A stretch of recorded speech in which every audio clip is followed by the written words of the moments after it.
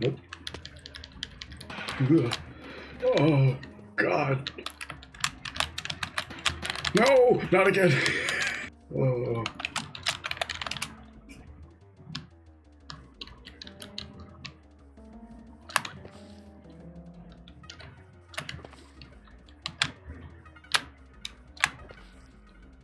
Bruh.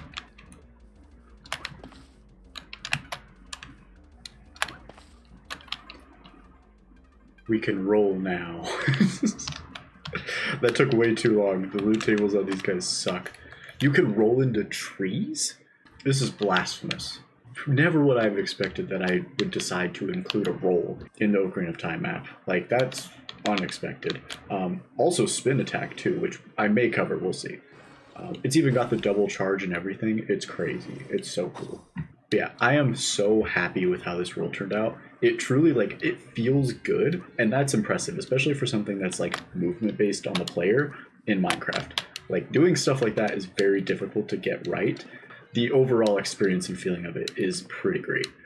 So let's kind of cover what this all includes. As you can see, you can roll into trees now, and you now get items and loot from those. There is a lot more to loot for trees than you might expect. Some of these trees are very specific loot tables. Some of these trees weren't even accurate before, so now these are like in the accurate locations. It matters, I swear. It's so important. What you saw just there too, if you fall from a far enough height, you will automatically roll out of it. There is now fall damage. There's now full damage. You can either take half a heart or a full heart if you take half a heart. If you watch this video, you should watch this video. Will I remember to put a link here? Maybe. Is that something you can do on YouTube? I don't know. I don't do YouTube very well. If you take half a heart of damage, that means you could theoretically roll out of it. If you take a full heart, that means it's too big of a fall and you will always take damage, as you can see there. But yeah, it's great. What this kind of uses is a combination of motion NBT data and actually using like the /ride command while hiding like simple stuff like the text where it says like right click to dismount. I've removed that so it doesn't show that up anymore. And if you see this in third person, you are in fact just butt sliding, but it's still silly. I love it. I love it so much. It's also in fact faster than sprint jumping too. Totally optional. You don't have to roll across Hyrule unless you really want to, but it is technically faster. In order to accidentally prevent rolling off of cliffs, I've made it so that it just does not roll off edges at all.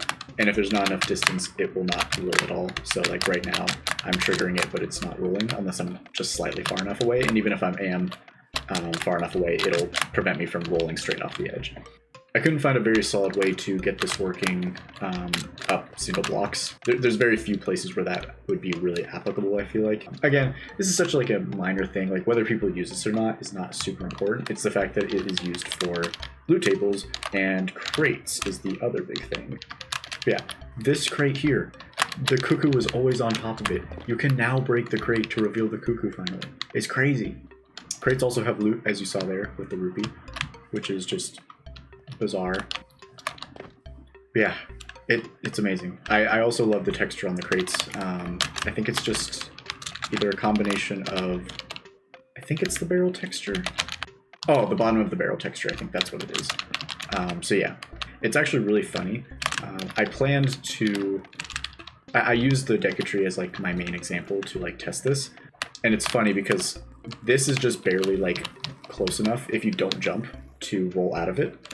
But if you jump off this, you will take the full heart and not be able to roll out of it. So this was like my baseline for like whether you can jump or whether you can roll or take damage. And everywhere I've tested so far has been pretty darn accurate to the original game, using Sora's Domain, for example, with the frozen river or waterfall. If you jump off this, you will in fact take damage, but if you fall off onto this little flotsam area, is that the right word? I don't know. You will roll out of it. That was a bad example. I was not holding forward. There we go. So crazy. You'll have to feel for it for yourself. It looks a little bit visually not as good when you fall specifically, but it feels really good to like be able to roll out of a fall. And it happens very rarely. Like you have to be 14 blocks up before it actually allows you to roll out of any sort of jump. So it's not super common that it'll happen, and it'll be a nice little like, oh, that's nice when it does, I feel like. Yeah, overall, I'm very happy with how it turned out. Let's kind of take a look at the code here. I'm going to try not to go as in-depth as I did with Battle Buddies, but we'll see. Oh, that's something else too. You can actually roll underwater as well. It's a little bit different the way it works, but it's still pretty much the basic premise. The way this is actually activated is by sprinting and crouching. So if you just crouch normally while moving, you're not going to activate it. You have to be in the sprint motion. And that's a lot of what this is checking here, is checking whether you have the iron boots on, because you can't sprint with iron boots. And then it checks different types of movement, whether you are sprinting, whether you are crouching, whether you have the boots on, whether you are in water, things like that. If the conditions are met, we then begin with this file here. This actually uses two entities because of a few reasons. The first one is the actual one that you ride, of course. This had to be scaled to be really tiny so that when you go into the riding mode, it lowers you down and it actually feels like you're rolling. The problem with this is that if you tried rolling into a corner, because the entity that you're riding's hitbox is so small, your hitbox would be like inside the wall slightly, and then you could clip into stuff. So I needed a normal sized entity to use as like the motion, so that this one would hit the wall, and the one that you're riding would teleport to this one, if that makes sense. So big entity, it moves stuff.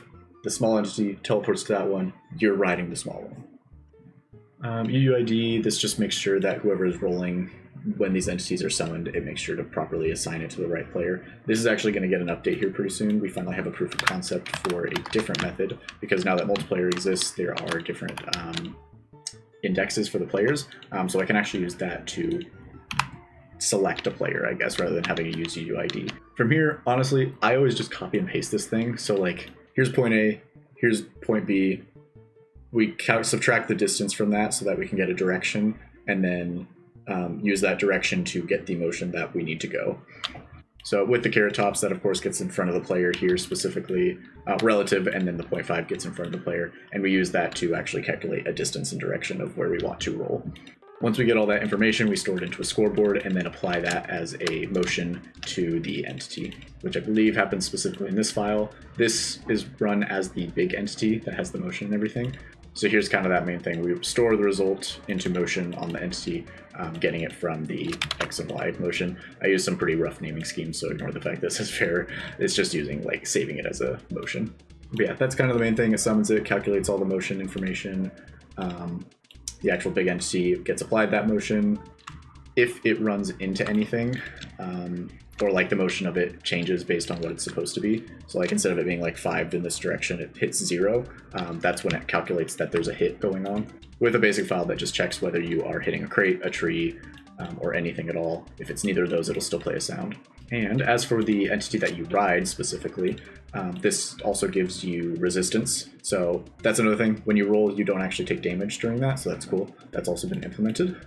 And on tick, as long as it exists, it will teleport you to the entity to ride it, finally killing the entity at the end, and ending the roll. Took a lot of tinkering. I was initially trying to mess with like explosions and stuff, where like I used a wind charge, but that affected other players. Even if you used like a team method, you couldn't like remove the collision or explosion blast. I totally forgot to show how the fall damage part works. Apparently there's actually an advancement where you can check certain fall heights and speeds and stuff. So I check the distance, of course, how far you fall before you can do a certain action. If you are moving horizontally more than 0, then it puts you into a roll. If it's less than 0 or like less than 1, it does not let you roll and you take damage. This vertical speed check is because if you fall into a grotto and then teleport, it still thinks the height difference is calculated here. So I needed to make sure that the actual speed that you're falling down is a certain range. So when you teleport, your vertical speed automatically sits to 0. So that check automatically prevents you from taking damage on like a downwards teleport. Those are all the same with just minor settings adjusted, and then it actually runs these files, which either activates the roll, deals some generic damage, or deals some bigger generic damage. Pretty simple. So yeah, as for the spin attack, we can do that real quick. It's not as complicated as far as I remember. I make use of the NBT food information. So like if I'm right clicking this, it's thinking I'm eating the sword. You can use that in order to actually check whether you're right clicking it, which allows you to check for the spin attack check. We give the player slowness. We check if they have magic or like what amount that they can charge it up for. So like if I didn't have magic right now, it wouldn't actually charge up any of this. It would just be a really regular spin attack. So yeah, if I tried charging my sword now, it's not actually going to do anything, but I can still do the spin attack. You also might have noticed the magic meter is now different as well. That has been improved to not use the levels. It actually uses this full bar now. So when you have half magic, it'll reach to the middle here. When you have full magic, it'll use the full bar. Once you actually release, that's when it runs this finish file. Looks like a lot, but it's not that bad, to be honest. This top part just checks what kind of sounds it needs to make. I believe this part is additive for the particle, so if you don't have magic, it plays this. If you have small magic, it plays both this and this one. Or not small magic, but if you like charge it up once, and then if you charge it up twice, it plays all the particles. Finally finishing with removing however much magic it needs to remove. Dealing any damage to enemies. Right now I'm using the bombs damage file, but that will probably be adjusted, which is why it's commented out right now. I'm going to do a whole rework on enemy damage and stuff eventually. I never quite figured out how to incorporate like a physical spin attack. I thought it would have been funny to like to check if the player has done a full 360 to just do like a quick one. Long story short, I might revisit it, but I wasn't finding a super effective method for that, and it's not so important that I feel like it's like needs my attention right now. But yeah, that is the spin attack and the roll all finished up. I am about halfway through the fishing pond place, and I plan to stream the next location, which there might only be 2 left. Wow. And then I get to, or 3 left, and then I'll get to dungeons after that. So stay tuned for potential streams in the future. We will see how that goes. So.